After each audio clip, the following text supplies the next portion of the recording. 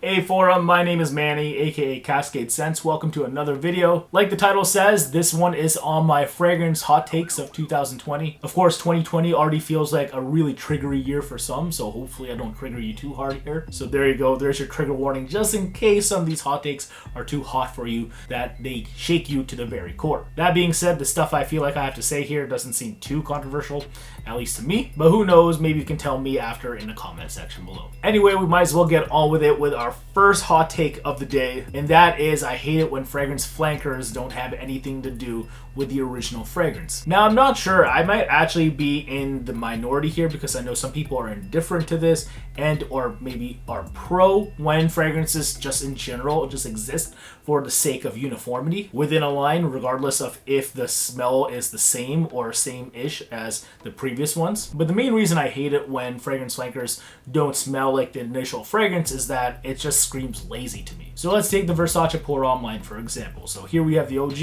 and then here we have Oud Noir. Of course, Versace Pour Homme in the OG smells more like Allure Homme Sport, but a more citrusy driven version of it. More sharp, more citrus florally, just more focused on some of the more crowd-pleasing aspects of the OG DNA. And then of course the first flanker since that is this right here in Oud Noir, and Oud Noir smells nothing like this stuff. Oud Noir smells more like Versace Man and kind of Oud Wood combined, so it's definitely a way different scent, and one that's probably deserving of its own kind of presentation, its own kind of marketing. But I just think it's silly to put it in a bottle like this just because I feel like the consumer for this fragrance right here is way different than the consumer for this fragrance. And while this fragrance DNA can sell itself and its presentation, I know this one can't, and that's why it was put in this bottle to kind of match it. So they arguably did the more optimal thing. It's just maybe I would just want some more creativity out of the Versace people just because they gave us a creative fragrance DNA, and I just wanted creative everything else. Again, its own bottle and presentation in general, its own marketing and whatnot. And then of course the trend continued with this guy right here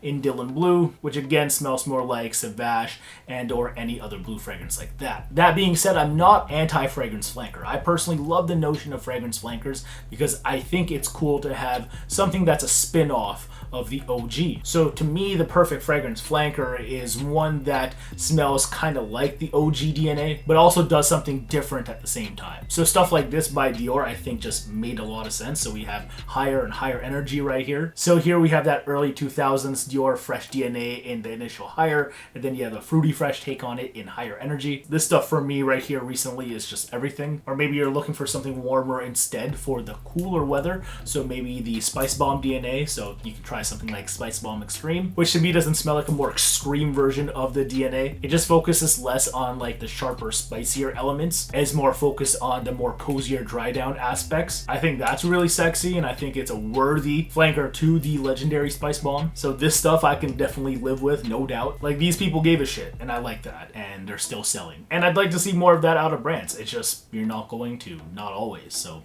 what can you do? Again, this video is just me being petty and or picky to a certain extent, so don't get too triggered if you remotely are. Anyway, let's move on to the next fragrance hot take for 2020, and that is it's better to underspray than to overspray. Now, I know Curly Fragrance probably wants to beat my ass for saying this, but I deadass think it's true. At least for me in my lifestyle in the vanilla North American suburbia that I live in. Say if you live a more conventional lifestyle, you know, of having a 9-to-5 and working in a more fragrance-free environment, I just think for the majority of your waking day, as a result, it is almost compulsory that you follow this notion of less is more, just because I think it's only considerate. Just saying, don't be that guy that goes to school or work spraying 10 sprays of like Axe or Sauvage or Aventus. It's you lot that are the reason of people complaining about scent at the workplace, resulting in more fragrance-free environments from now as that number furthermore grows. So yeah, that's no fun. So again, please do not overspray. Curly Fragrance, you still rock. Shout outs, girl. Anyway, let's move on yet again to the next fragrance hot take, and that is fragrances should have no gender attached to them. Now, of course, there's going to be shit that stereotypically smells feminine or masculine, and to want to play to that as far as advertising, I guess, has served the perfume industry well for decades or centuries. But maybe it's my inner niche snob coming out that is speaking against this kind of stuff, or maybe it appears that I'm being more progressive, but I swear this is not a political thing for me to say. At least I don't think it is. It's just my whole thing against smells that are marketed for feminine audiences or masculine audiences is that none of those smells are technically form-fitting for you. you. Like, it's not like I'm speaking out against feminine and masculine, like, apparel, for example. Although if you're a guy who wants to wear girls' clothes and vice versa, you do you, boo-boo. I'm just saying I understand why those gender norms exist in either audience. Because girls' bodies and men's bodies, physically speaking, anatomically speaking, are different as far as the visuals and feel. For example, off-the-rack suits are designed to fit most men rather than most women, and dresses are without a doubt designed to fit most women and not most men. Again, respectively from a plethora of sizes. But when it comes to fragrances, smell is smell, and fragrances can smell either flattering on a girl or flattering on a guy, regardless of where they are more often than not marketed. And the only reason we might feel otherwise nowadays is because we're so conditioned to believe that these smells are for masculine people, these smells are for feminine people. Like, let's take a look at a fragrance like this, for example, by Narciso Rodriguez. This is Narciso Rodriguez for him. It's a musky patchouli scent that kind of smells like wet cement, some people would argue. I personally love this stuff. I know it's already a favorite within the fragrance community online, but I definitely do think that it has some unisex tendencies as far as there's nothing about the scent that smells too overtly masculine. As a matter of fact, I would say it's more closer as far as the family it's in to something like this, the Most Fraudulent Oud scent by Creed in Royal Princess Oud. And me saying that's really fraudulent is saying something because Royal Oud barely has any in it either, if not also not at all. But anyway, this stuff is marketed towards women. It has the word princess in it, but I don't think it actually smells quote unquote pretty, stereotypically speaking. It's brisk, it's cool, it's cold, it's austere. And I'm not saying it's a clone, but I'm just saying it kind of reminds me of something in this family. So why does this have to be in a feminine bottle and potentially scare people away from wanting to try it, say if they already like stuff like this? And I'm sure there's masculine scents that smell kind of effeminate too that girls might want to gravitate to as well if it didn't say the word for him on it, or maybe Homme or something like that. You know what I'm talking about, shit from like this line, like Dior Homme. So I just think it's more restrictive if anything. Yes, I know it probably promotes more sales amongst the people already buying stuff in those respective markets. Maybe I'm coming across as too utopian here, but since I guess a more informed consumer when it comes to fragrances, that's why I want. But I also understand why it's not that. It's just a guy could dream. So again, F genders in fragrances, but that might just be me. Anyway, Forum, let's move on to the final point of this fragrance hot take list. So this final hot take is that I can't stand it when brands make fragrance exclusives that aren't really that exclusive. So I'll give you a couple examples. We're gonna start off with Kilian. Kilian I personally love that dude, but admittedly I find it kind of weird that the city exclusives that he has are available year-round on the Kilian website. Like, what's wrong with making them just exclusive to the cities that they're in? It's almost like a city signature at that point. So it's like I either feel like they should just be available throughout everywhere in the world, not just online, but every Kilian account too, or just available in the Kilian that it's advertised in whatever city. I guess I'm just being a go big or go home kind of guy right here. In this case, I'd rather it stay home.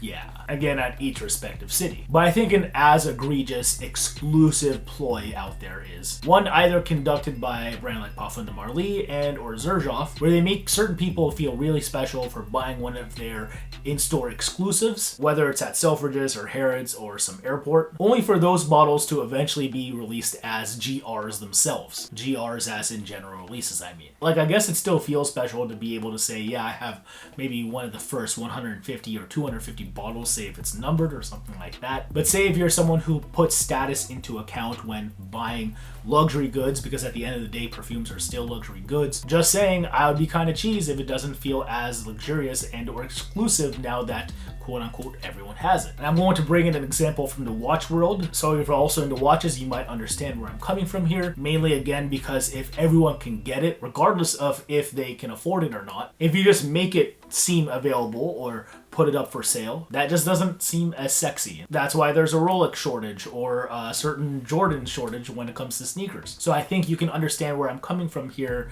in that here in fragrance you're outwardly exercising the word exclusive without really being that, and that's my problem. It's exclusive for a very short term, and I just it's not good enough for me. Now, I do think that there are brands that do exclusives right, and one of them is Le Labo. So whether or not you get a city exclusive like Gaillac D's from Tokyo or Pois Ventois from London, like these will always feel exclusive because you can only get these at those stores and not via online. But they do a thing once a year in the month of September where it's officially Le Labo City Exclusives Month, where from anywhere in the world, say if you can't travel, which none of us can right now due to COVID-19, you can actually pick these up on the website and or your local Le Labo account, say if you have one, throughout that month of September for an elevated price point. And by elevating the price point, you also make it so it still feels prestigious, and I think that's a good thing. Now, this concept is going to be kind of hard for some people to grasp, say if you don't want to look at perfume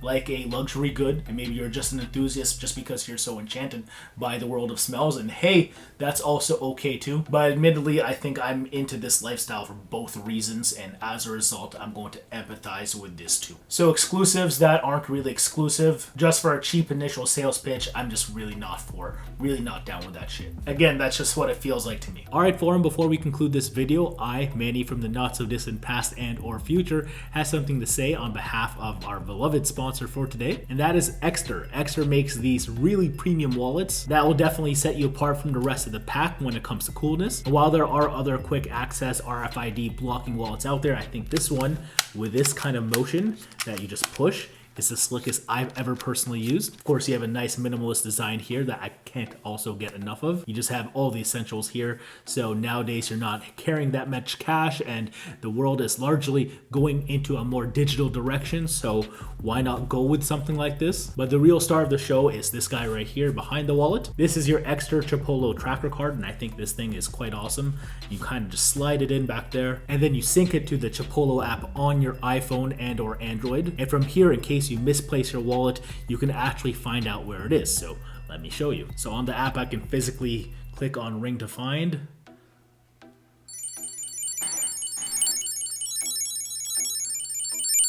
And there you go. So wherever this is at, wherever you might have left it locally and or wherever, you'll always have access to it via the app, ensuring that you'll never lose the location of this wallet unless someone actually takes the tracker card out. But this thing works both ways too, because I don't know about you guys, but whenever I'm working at home, I always seem to misplace my actual phone. And now I can use this right here in the tracker card's buzzer to actually find my phone locally if it's just nearby. So also check this out now. I'm going to double click the tracker card.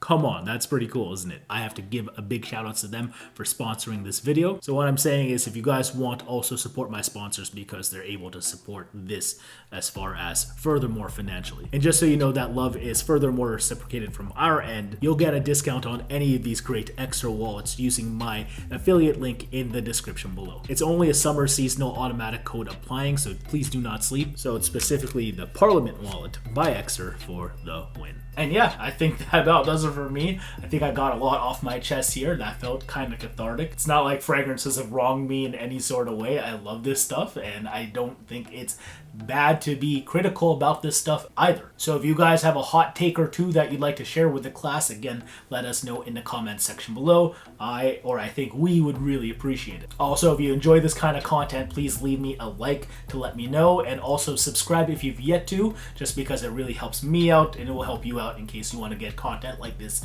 ASAP. So also be sure to hit that notification bell just to make sure you do. So until the next one, thank you for the ongoing support, Forum. Really appreciate your time as always. Take care for now. Peace out. Bye. Wear your fragrances.